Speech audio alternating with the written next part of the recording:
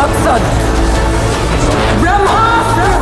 ভারতের সবচেয়ে বড় ফ্যান্টাসি সিনেমা ইউনিভার্সের একটি হলো অ্যাস্ট্রাভার্স, যার সূচনা হয়েছিল ব্রহ্মাস্ত্র পার্ট 1 শিবা সিনেমার মাধ্যমে। এই সিনেমার বিশাল সাফল্যের পর এখন দর্শক অপেক্ষা করছে এর দ্বিতীয় অধ্যায় ব্রহ্মাস্ত্র পার্ট 2 দেবের জন্য।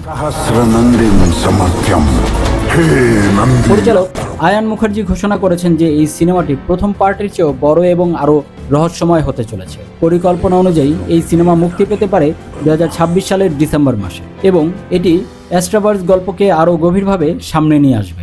প্রথম সিনেমায় আমরা দেখেছি শিবা নামের এক তরুণের গল্প, যার ভেতরে রয়েছে আগুনের শক্তি। সেই চরিত্রে অভিনয় করেছিলেন রণবীর কাপুর, তার প্রেমিকা ইশারা চরিত্রে ছিলেন আলিয়া ভাট, তাদের সঙ্গে গুরুত্বপূর্ণ চরিত্রে ছিলেন অমিতাভ বচ্চন, মৌনী রয় এবং দক্ষিণ ভারতের সুপারস্টার নাগার্জুনা আক্কেনি।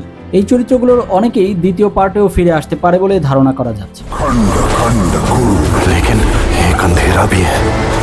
পরিচালক আয়ান মুখার্জি জানিয়েছেন এই পার্টে গল্পটি শুধু বর্তমান সময়ে নয়, অতীতের দিকেও ফিরে যাবে এবং দেব এর ইতিহাসও দেখানো হবে।